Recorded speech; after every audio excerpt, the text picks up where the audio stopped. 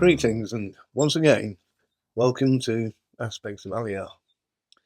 So, we're beginning in this session the history of Israel, God, land, and people.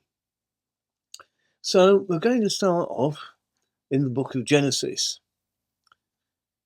Now, the thing we need to make our mind up about, what actually is Genesis? Well, I'm going to give you a very, very simple explanation.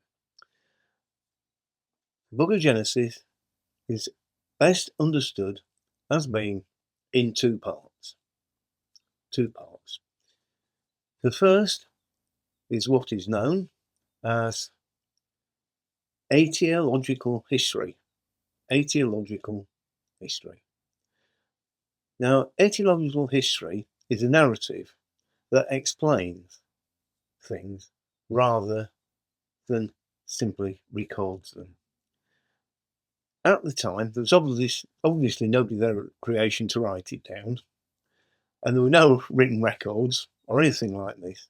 But what the etiological history is an attempt to draw on their understanding of three things: the origin of humans, the human condition, and the destiny of humanity. I hope you'll find that explains the first 11 chapters to you. The origins of humans, the human condition, and the destiny of humanity. So, obviously, the first thing that we need to know is Genesis 1, 26 to 27 in the canonical scriptures, and it's interesting to look at the correlation between the human with the divine, because it's something that's unique and isolated and found only in the Hebrew scriptures. And that is because Genesis 1, 26, 27 tells us that humanity is created in the image of God. Now, this is a very tantalizing sort of scripture. Who actually is being spoken to? God is the addressor, but who are the addressees? Well, very often suggested it's to the heavenly host, to the degrees of the heavenly cohorts, angels, whatever, and so on. Who was he speaking to? It's rather interesting because some of the Jewish scholars think he was actually speaking to Adam. Now, that's a curious thought, isn't it? Let us make man in our own image, and rabbis say that is because of the command to go forth and multiply. So if you're not multiplying, you can't be making man, corporate man if you like, mankind, humankind, in the image if there's nobody to do it. So there is a rabbinic thought that it's actually Adam that's being spoken to. Well, as with everything like this in etiological history, the jury is out, because we're not looking at hard history. That commences in Genesis chapter 11, and I'll explain this in more depth when we get there. It may be quite time consuming because I think we really need to know and understand the scriptures the best that we can. And as I said, we are employing every resource possible, not taking one line, not reading one person's commentary. We're studying the word extensively and hard. We'll listen to scholars and we'll take counsel, both Jewish and Christian, and all these things. And then we'll let God speak to us about all of these things. But we do know one thing. Let's never lose sight of it. The history of Israel is a three-stranded cord. God, land, people. Isn't it wonderful? Okay, so we got all kinds of things that are interesting here. Just a couple of little terms that might pop up if we use them. The word pre-lapsarian means before the fall, and post-lapsarian means after the fall. I shall try and desist from using those terms, but sometimes they just fall in, don't they?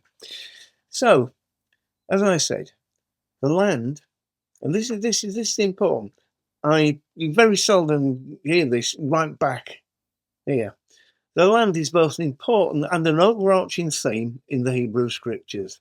It is a theme through which the whole biblical history contained in both testaments can be studied and analysed. We begin with the land. Although generally overlooked, and not in the least by those holding replacement theology views, is that any theology must start in the Eden narrative and not simply to the promises made to Avram Avinu. When I first shared this with two people, were a little bit surprised that the story of the land starts in Eden. Eden, if we look at it, is presented as a sanctuary. It's a covenanted land and a royal garden. Eden, therefore, is proto-land, and Adam is proto-Israel. Let me repeat that. I like to repeat things because sometimes these things just take a minute to click and consider. So, the Eden narrative, is presented with Adam as proto-Israel, in Eden, a proto-land. And the Eden narrative underlines the universal dimension of the land promise and its conditionality. Most important, it elevates ethical behaviour above the gift.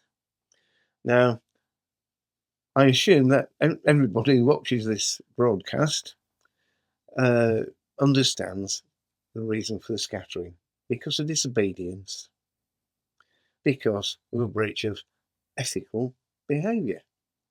And ethical behaviour supersedes the gift. The gift is unconditional in one sense, but it's conditional in another.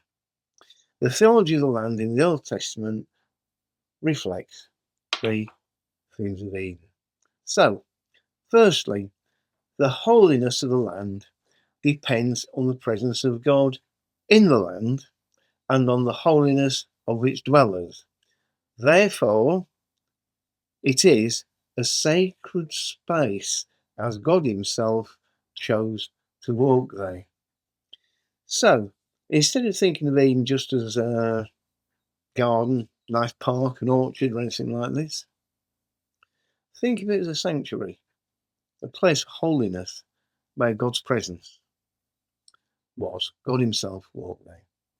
Secondly, the land is a gift with a restriction.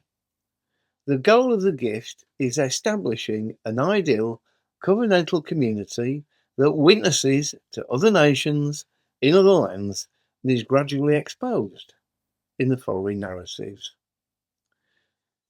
Isaiah reflects on this in 49:6. Is it too light a thing that you should be my servant, to raise up the tribes of Israel and to bring back the preserved of Israel? I will make you as a light for the nations, that my salvation may reach to the ends of the earth. Thirdly, the land is a tangible expression of God's rule and reign on earth through his creation of the Adam and Eve. I want you to notice that I said the Adam. So let's just think about that for a minute.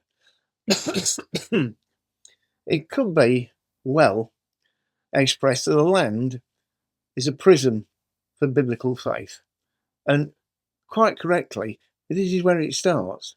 It starts in a sacred space. And the land of Israel is a sacred space.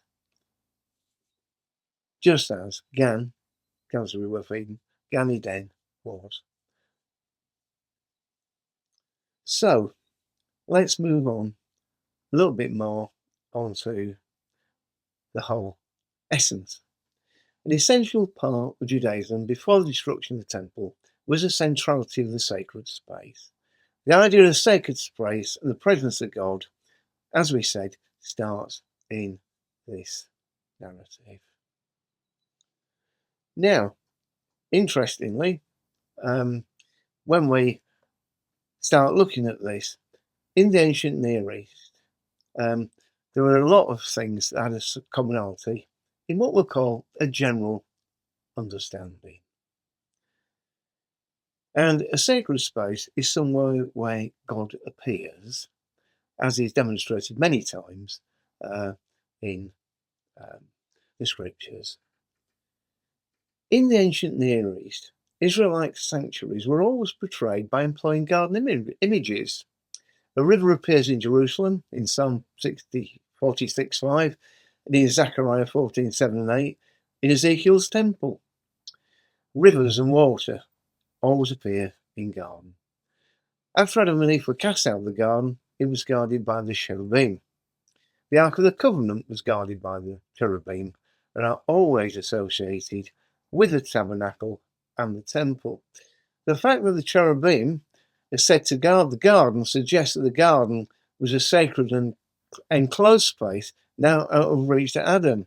But there's one thing that's very interesting that's always missed out. It says that the Adam was placed in the garden. It didn't say that he was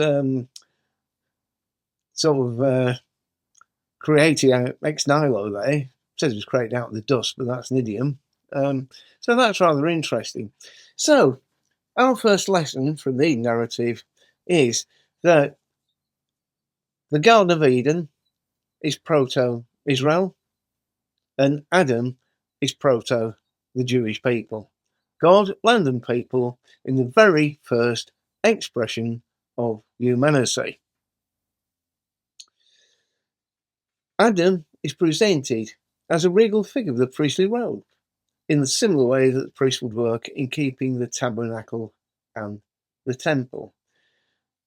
If we read the history of the temple and sacred spaces, the gardens were considered to be beautiful and kept. There were pomegranates and various garden symbols in the temple, as you know.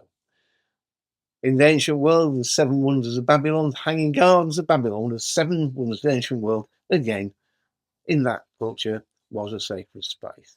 So we'll take our break, and when we come back, we'll move on and talk a little bit about the Adam. We'll talk about the temptation and the expulsion. If you are a Christian, then there is no question that you owe a great debt to the Jewish people. Unto them were entrusted the oracles of God. What does that mean? It means, if not for the faithfulness of the Jewish people, we would not have this.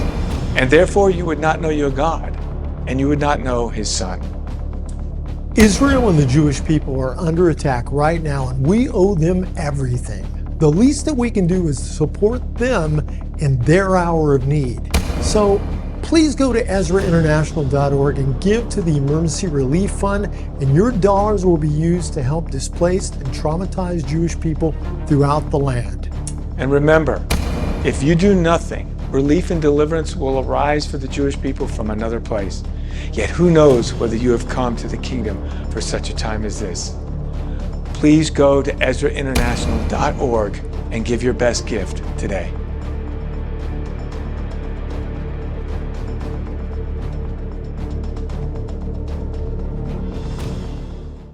Welcome back. As we said, Adam is presented in the same way as a priest, having stewardship over the sacred space and the garden. Adam is to work and keep the garden. One of the noted scholars, G.J. Wentham, notes the only other passages in the Pentateuch where the verbs serve, work, and keep and guard are used together, and where they're found in Numbers 3, 7, 8, 8, 20, 18, 5, 6.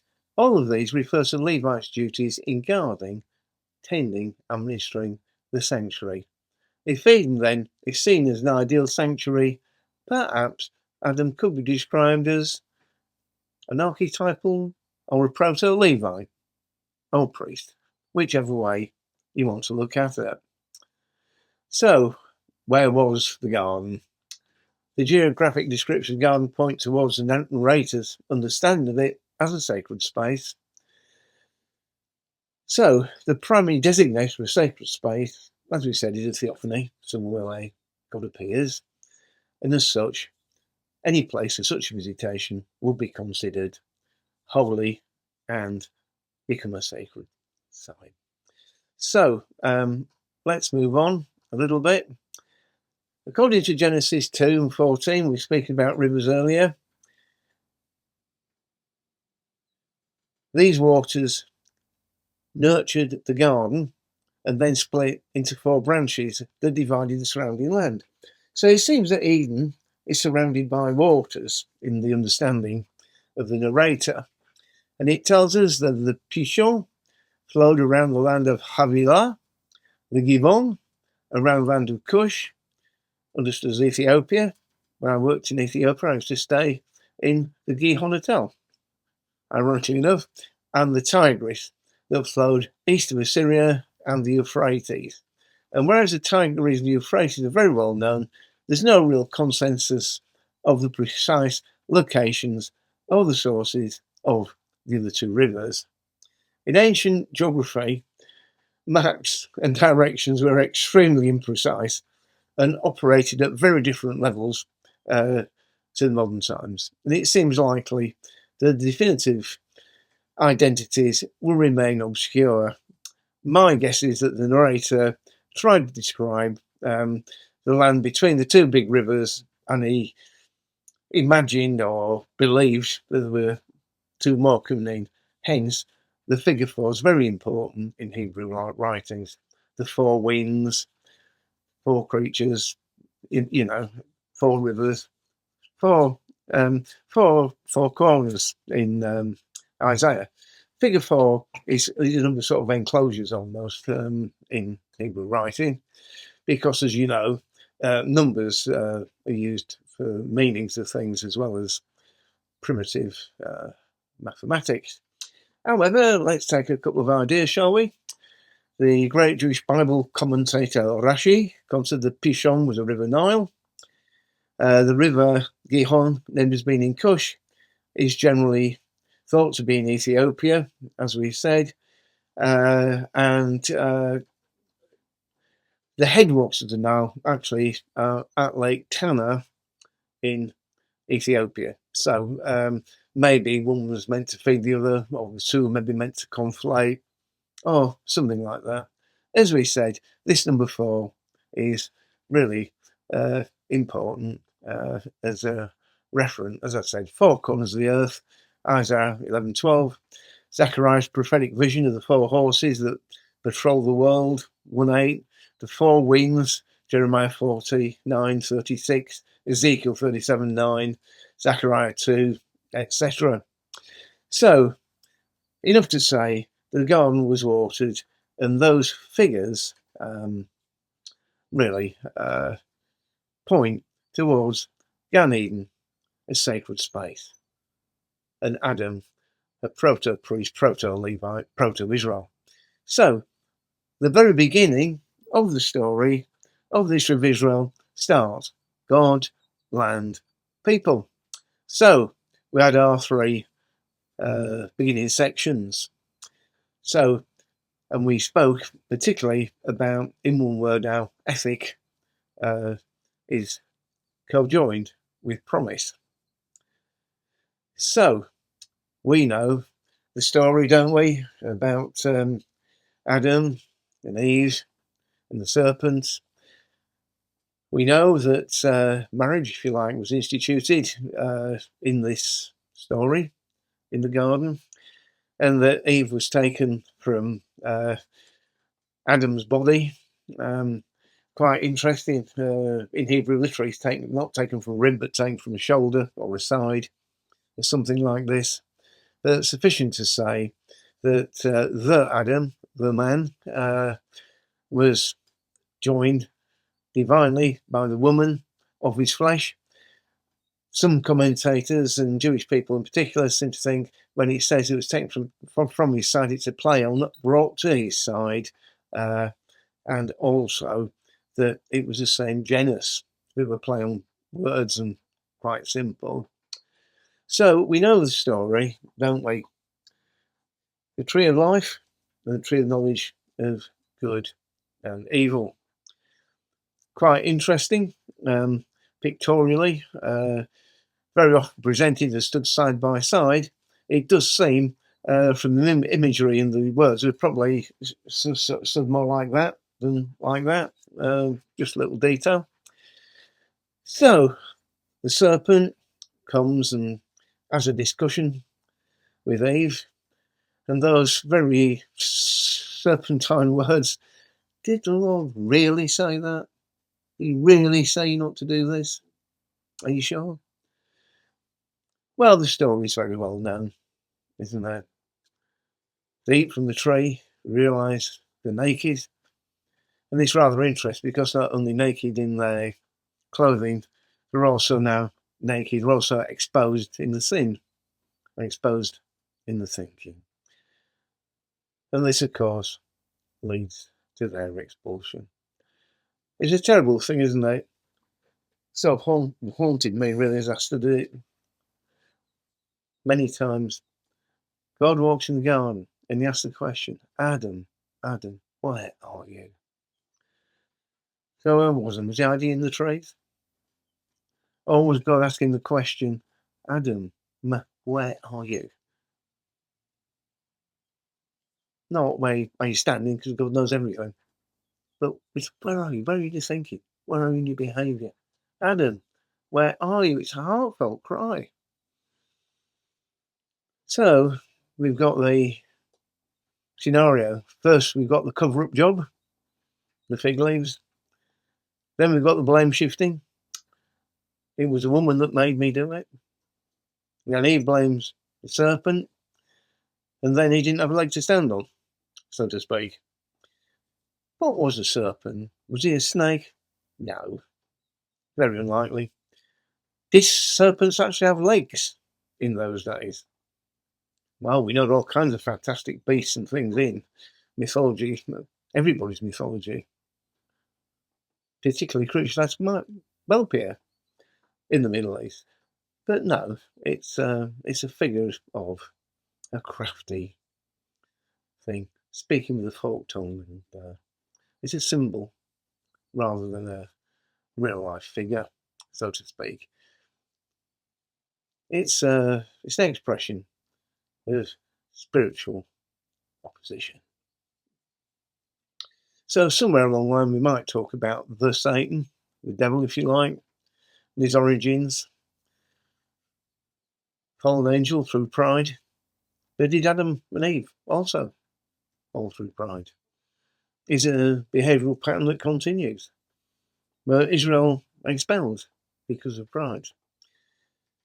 It is all there in the story, isn't it? Well, what can we say? Adam and Eve were expelled from the garden, and It tells us that having driven man out, God stationed east of the Garden of Eden the cherubim and the spinning sword flame to guard the way to the tree of life. Interesting, isn't it? Guard the way to the tree of life. They've already eaten from the other tree, but they mustn't eat from that. That's been guarded. Dr. Rachel Eckler, senior lecturer of the Bible at Babylon University, points out a different ending or expression of the expulsion text in Genesis 3:24 in the ancient Jewish Targums that we spoke of. It says, "And he drove man out, and he caused the glory of his imminence to dwell of old to the east of the Garden of Eden between the two cherubim." That's rather interesting, isn't it? Another one. "And he drove man out, and he caused the glory of his imminence to dwell of old in the east of the Garden of Eden above the two cherubim." So it's quite interesting because God has set the cherubim to guard the entrance to the tree of life in the garden. That he's put his presence there, which of course is why we have the cherubim on top of the Ark of the Covenant, aren't we, to guard God's presence. So this endorses the whole idea of this Eden narrative initially being about a sacred space, a sanctuary almost, a proto-sanctuary, a place where God meets with man. But there is an ethical dimension to God meeting with man. And if man is rebellious, which this is really what it was, if man is rebellious, if man rises himself high, don't let him eat the tree of life, he might become as one of us. I mean, literally, aspire to be one of us. Who was he speaking to? That's a good one, isn't it? Maybe the angels, maybe the other divisions in heaven. But the point is, it's not necessarily speaking to, it's what he's speaking of. There's a passage that I was in pastoral ministry that was prone to use at funerals, particularly when people died before the time and for reasons we don't know. And that says, some things are given to the children, but some things remain secrets of God. And we will never know many things, but through God's grace, He's given us the ecological narrative